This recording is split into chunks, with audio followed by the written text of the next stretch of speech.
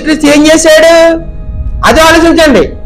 యేసుక్రీస్తు ఏం చేశాడు? శత్రువులను ఏం చేశాడు? ఆయన క్షమించాడు. వ్యభిచారం అంతా పట్టబడిన స్త్రీని క్షమించాడు. అనేక మంది మోస చేయగలవారిని, కుంటువారిని, గుడ్డువారిని, అనేక మంది పాపాత్మురుల్ని అందరిని ఏం చేశాడు? ఆయన క్షమించాడు. లాస్ట్కి పక్కలో పళ్ళు పొడుచుకుంటున్న ఆ బండ్రోజునికి క్షమించాడు.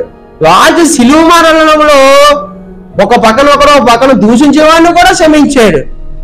ఇలా క్షమించిన తర్వాత ఆయన ఏమంటాడు? ఈయనే నా ప్రియకుమ. ఎందుకయ్యాడు తెలుసా? ఆయన శత్రువులను ప్రేమించిన మూలాన అయ్యాడు తెలుసా? ఆయన శత్రువులను ప్రేమించిన మూలానే శత్రువు కోసం ప్రాణం పెట్టాడు. శత్రువు కోసం శత్రువులు క్షమించాడు. అందుకే ఈయనే నా ప్రియ కుమారుడు, ఈయందు నేను ఆనందించుతున్నాను అని చెప్పడు కింద రాశాడండి. అను శబ్దము మహాదివ్యమయమ నుండి ఆయన వద్దకు వచ్చినప్పుడు తండ్రి అయిన దేవుని వలన ఘనతయు. ఎవరికి ఘనత తెలుసా? తండ్రి అయిన దేవుని వల్ల యేసుక్రీస్తుకి ఏమొచ్చిందంట? ఘనతయు. తర్వాత ఏమొచ్చింది? మహిమయు ఆయన పొందగా మేము ఆ పరిశుద్ధ పర్వతం మీద ఆయనతో కూడి ఉండిన వారమే ఆ శబ్దము ఆకాశము నుండి రాగా మేము వింటిమే. విని చెబుతున్నారు. ఈ రోజున అపోస్తలులు అందరూ కూడా విని చెబుతున్నారు. ఎవరని? నేను దేవుని కుమారుడు అని, దేవుడు నన్ను కన్నాడని ఆయన చెప్పుకున్నాడు. దేవుడే తండ్రి అయిన దేవుడు ఏమంటున్నాడు?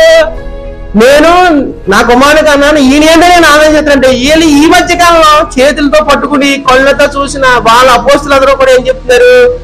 దేవుడు నన్ను కన్నాడు, దేవుడు నేను పుట్టాను అని చెప్తుంటే ఈ వంశీ గారు, ఈ జేమ్స్ గారు, ఆ దుమ్ములపేటలో ఒకడు ఉన్నాడు.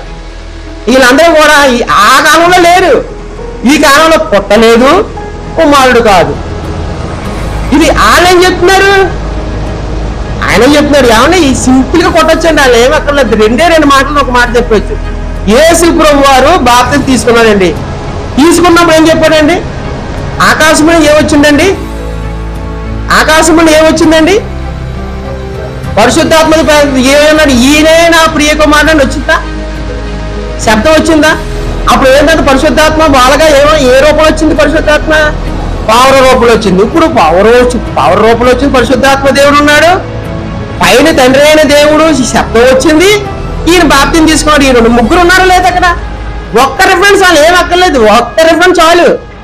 ముగ్గురు ఒకే దుక్కులు ఉన్నారు, ముగ్గురు ఒకే పని చేస్తున్నారు, ముగ్గురుగా ఉన్నారని చెప్పడానికి ఎంతకంటే ఏంటంటే వాళ్ళకి అస్సలు అజ్ఞానం లేవు ఉండిపోయారండి వాళ్ళు. దేవుడు కుమారుడు నేను కని ఉన్నానే బాబు, నా జ్యేష్ఠ కుమారుడు ఆయన చెప్తే, అక్కడ ఉన్న వాళ్ళందరూ చెప్తే వాళ్ళ మాటలు లెక్కలేవు. ముగ్గురు ఒకే దిక్కులు ఉన్నారు. ఒక్క రిఫరెన్స్ వాళ్ళకి ఎక్కువ అక్కర్లేదు. ఒక్క రిఫరెన్స్ ముగ్గురు ఒకే దిక్కులు ఉన్నారు. ఆయన యేసుక్రీస్తు బాప్తిసం తీసుకున్నప్పుడు పైనుంచి శబ్దం వచ్చింది, పైనుంచి ఆ పవర్ వల్ల పరిశుద్ధాత్మ వచ్చాడు, ఆయన బాప్తిసం తీసుకున్నారు. ముగ్గురు వదుకులేరా? ఉన్నారు, ఈజీగా ఉన్నారు. ఇది తెలీదా? ఏ పత్రిక రాసినా తండ్రి అయిన దేవుడికి ఏమనగా కుమారుని యేసుక్రీస్తు ఆయనది ఏమనగా రాస్తారు వాళ్ళు. ఏ పత్రిక 14 పత్రికలో అలాగే రాస్తారు. తండ్రి ఉన్నాడు, కుమారుడు ఉన్నాడు, పరిశుద్ధాత్మ ఉన్నాడు. అనాథ కాలంలో తండ్రి ఉన్నాడు. 2000 సంవత్సరాల కింద పరిశుద్ధ దేవుడు యేసుక్రీస్తు వచ్చాడు. ఆయన వెళ్ళిపోతే సంచికరుగా మనకి ఏం పరిశుద్ధాత్మ దేవుడిని మనకు ఉంచాడు. ఇదేంటండి? ఒక మనిషిని ప్రేమించే విషయంలో, ఒక మనిషిని రక్షించే విషయంలో ఈ ముగ్గురు కూడా పాటుపడుతున్నారు.